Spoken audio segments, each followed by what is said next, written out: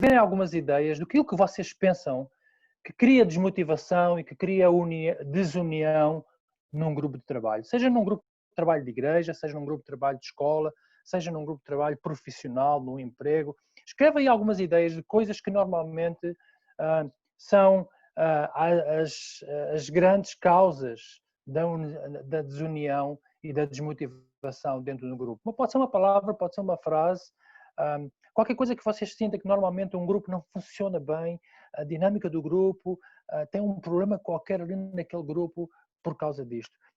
Visões diferentes, muito obrigado, Givas, é sempre um problema, não é?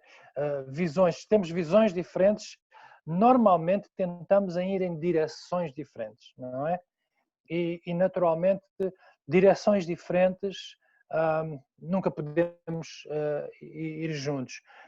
O ego, este é extremamente importante porque numa família, aliás, a Bíblia ensina-nos que nós devemos colocar as necessidades do nosso irmão mais próximo em cima, em frente das nossas, não é? Então o ego é sempre esta armadilha que nós temos, porque nós sempre achamos que somos as pessoas que temos a razão, que nós é que temos a resposta. Muito importante, não valorizar o esforço do outro, ou seja, nós estamos tão focados em nós, estamos tão focados naquilo que nós fazemos, que esquecemos o esforço que a outra pessoa está a ter. Pensamentos diferentes e a aceitação dos pensamentos é sempre um problema, é verdade, porque é extremamente difícil nós colocarmos nos sapatos do nosso irmão, de pensarmos que existe uma perspectiva diferente. É como se nós estivermos frente a frente com alguém a olhar para um objeto e não percebermos que estamos a olhar para o mesmo objeto de perspectivas diferentes. E por isso é possível que tenhamos formas diferentes de pensar, porque estamos a olhar para a mesma coisa de formas diferentes. Tem aquela ideia, aquela ilustração do copo que está a metade só e o otimista diz o copo está meio cheio, não é? E o pessimista diz o copo está meio vazio. Duas perspectivas opostas sobre a mesma coisa. Temperamento, sem dúvida, nem todos nós temos a capacidade de ter um temperamento temperado, desculpem a redundância. Transparência ajuda a construir equipe, é verdade. Sabem, quando não existe transparência, tem um autor, meu amigo, que diz assim, quando nós não temos transparência nos nossos negócios ou naquilo que trabalhamos na nossa equipa, significa que nós não estamos a gerir projetos, nós estamos a gerir segredos, porque não há transparência. Então nós não podemos gerir coisas que não são transparentes. Cometimento ou compromisso, é extremamente importante. O compromisso é aquilo que nós damos, aquilo que nós estamos dispostos a sacrificar. Não entender o dom de cada. É verdade, muitos de nós no ministério, apesar de nós lembrarmos bem as palavras de Paulo, de dizer que todos os membros do corpo servem para os seus propósitos, às vezes esquecemos disto e continuamos a achar que há alguns membros mais importantes do que outros.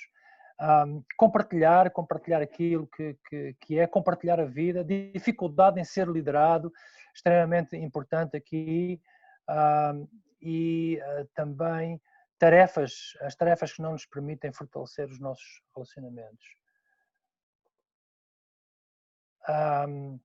Muito bem, eu gostaria de começar por dar três ideias para nós lançarmos uma pequena discussão aqui. Ximenes, mantém-nos atento ao tempo que nós temos, mas estas três ideias são...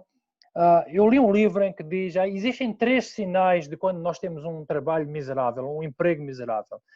Quando um grupo não está coeso, não está unido. E os 3 sinais é a sensação de anonimato, ou seja, nós achamos que ninguém nos conhece, ninguém sabe sequer qual é o nosso último nome. Talvez nem sabem se nós somos casados, ou ninguém está preocupado se nós vamos a pé para o trabalho ou vamos de transporte. Ou seja, somos apenas máquinas de produzir resultados. O anonimato é algo que torna o nosso trabalho miserável. A irrelevância, ou seja, ninguém nunca nos disse que o nosso trabalho tem valor. Sempre pensamos que estamos a fazer algo que não tem valor para ninguém. Ninguém nos reconhece e muitas vezes nós não reconhecemos o trabalho dos outros. Portanto, a irrelevância, o sentimento de irrelevância faz-nos sentir ter um trabalho miserável. Por exemplo, se eu desaparecer, ninguém vai sentir a minha falta. E finalmente, a inquantificação. Esta palavra é complicada no português, mas é a incapacidade de nós podermos avaliar aquilo que fazemos, para poder melhorar, para poder incrementar. Quando nós não temos uma forma de medir, quando o nosso trabalho não é quantificável, ou seja, se formos vendedores é fácil de verificar se estamos a fazer um bom trabalho ou não, porque podemos ver quantas vendas fizemos, mas, por exemplo, no Ministério, como é que nós medimos sucesso do Ministério? Muitas pessoas acham que sucesso do Ministério é números, não é? E muitas vezes nós no Ministério somos tentados a procurar medir o sucesso pelos números. Temos 100 crianças e 100 crianças é melhor do que 20 crianças, quando na verdade isso não é assim, não é? Muitas vezes 20 crianças transformadas é melhor do que 100 crianças que nem estão a ouvir o que nós estamos a falar. Então, esse é um elemento. Eu gostava de abrir o microfone e permitir a todos vocês, de uma forma à vontade, partilharem algumas destas ideias, se alguns de vocês já sentiram isto, se existe algo mais que nós não falamos, que é extremamente importante para nós quando voltarmos aos nossos grupos, tentarmos criar esta motivação, criarmos esta união, antes de terminarmos com uma última ideia sobre tomada de decisão. Eu gostava de vos ouvir agora sobre uma destas ideias que foram aqui mencionadas. Por favor, fique à vontade de abrir o microfone e falar.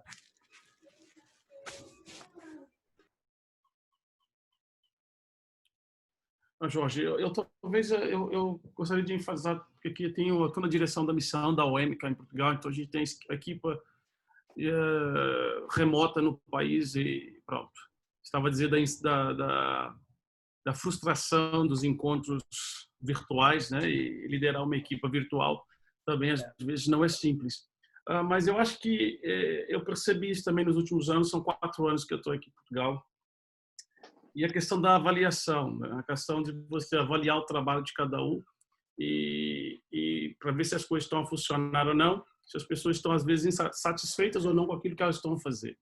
E uma das coisas que eu percebi de conflitos na minha equipe, insatisfação às vezes, era isso, que às vezes os resultados não estavam a chegar na função, no ministério daquela pessoa, e a falta de avaliação e até mesmo temos objetivos para os próximos anos.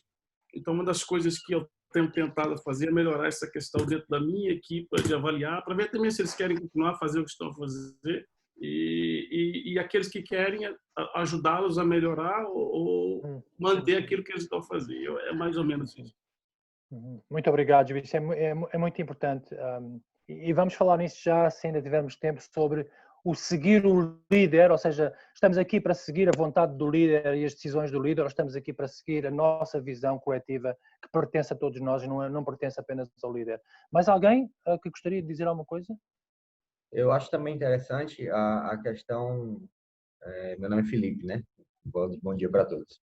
Acho também interessante a questão de como o líder ele lida com o sentimento dos seus liderados.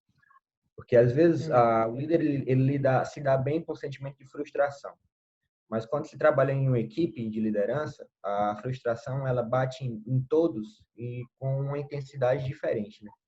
Então, por exemplo, às vezes a gente não alcança um resultado e aí a forma com que o líder ele reage com a frustração de não ter alcançado o resultado, às vezes ela, como líder, pode estar bem estruturado, pode até atingir o outro de uma maneira ruim, né? Um exemplo aqui da nossa Ministério de Esportes aqui foi quando a gente reduziu o número de crianças um certo tempo aqui na nossa igreja. E aí a gente fez a reunião e eu disse, né? O bom de estar com menos criança é porque você tem uma qualidade melhor, né? Mais crianças você tem uma quantidade maior, então tem toda uma questão do trabalho. E aí a reação de alguns diante daquilo foi bem complicado, né? Bem diferente. Mas aí com o tempo a gente realmente foi vendo que o trabalho com menos criança ele tem uma qualidade muito maior, né? Aí quando a gente tem um número de crianças maior, a gente já tem uma base bem feita de crianças. Então a diferença de com que todos reagem numa equipe é bem complicado também. Porque temos que gerir as expectativas uns dos outros e se a equipa não tiver uma visão comum e expectativas equilibradas para todos, ou seja, todos temos as mesmas expectativas dos resultados e podemos todos nos comprometer em conjunto. Quando temos expectativas diferentes, uns que têm a expectativa da qualidade, outros têm a expectativa da quantidade, aí vai haver essas tensões, sem dúvida. Muito bom, obrigado, Felipe. Mais alguém? Eu aqui, eu posso falar. Sim, bom dia a todos. Bom dia a todos aí. Meu nome é Alan. Ano passado eu estava como treinador num clube aqui no Rio de Janeiro e eu trabalhava com crianças, né? Hoje em dia eu trabalho com crianças, mas a nível escolar. E assim, uma das coisas é você saber lidar com as perdas, né? Quando eu falo, é resultado. E assim, antes de eu assumir o time, eu trabalhei no Bangu ano passado, aqui no Rio de Janeiro. A gente enfrentava, antes de eu assumir o time, eles enfrentavam o Bangu, o Flamengo, por exemplo. Eles perdiam de 10, de 15-0. Quando eu assumi, e a gente perdia de 5-2, de 4-1, e assim, já começamos a encostar, mas mesmo assim o sentimento dos garotos era um sentimento de frustração. Quando você trabalha com criança, a gente tem que saber lidar também com esses sentimentos assim e trabalhar isso nas pessoas, né? Então, é isso daí que eu queria deixar para vocês aí. Muito obrigado, Alan. Nós temos menos que 2 minutos. Eu gostaria de terminar apenas com uma ideia que tem a ver com a tomada de decisão. É extremamente difícil tomar decisões em equipa, porque temos opiniões diferentes, temos perspectivas diferentes, e a pior coisa que nós podemos fazer enquanto lideramos uma equipa é, num processo de tomada de decisão, levarmos para a democracia, ou seja, a maioria vai ganhar. Essa é a pior forma de nós tomarmos decisões em equipas, porque isso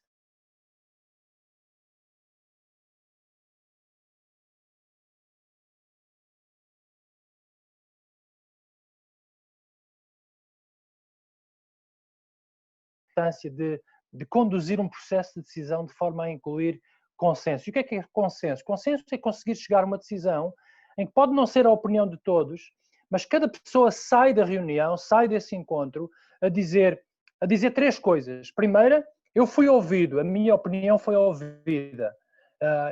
A minha opinião não foi ignorada. Em segundo, o processo foi justo. O processo como chegámos à decisão foi justo. E em terceiro lugar, não foi a minha opinião que venceu, mas eu posso viver com esta decisão. E eu penso que se o líder conseguir conduzir o grupo a tomar esta decisão, não vai haver vencidos nem vencedores. Aliás, costumamos dizer que dentro de uma reunião nós debatemos com várias vozes, mas quando saímos da reunião governamos com uma voz só. E assim não vai ser nós contra eles, vai ser a nossa visão, a nossa decisão, e eu creio que é muito mais fácil conduzir o grupo num processo, numa clareza de objetivos, quando estamos todos juntos e podemos prestar contas uns aos outros, porque todos assumimos as responsabilidades juntos. Pessoal, muito obrigado.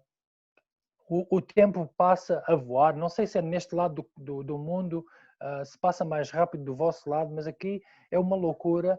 Vamos ter que voltar para as salas principais e para a sala principal. Muito obrigado pela vossa participação. Eu espero que nós tenhamos a oportunidade de fazer isto, mas por favor, leiam, estudam mais sobre este assunto, sobre inteligência emocional, sobre liderança de grupos, dinâmica de grupos, porque a motivação e a união e a clareza e a união de objetivos é extremamente importante.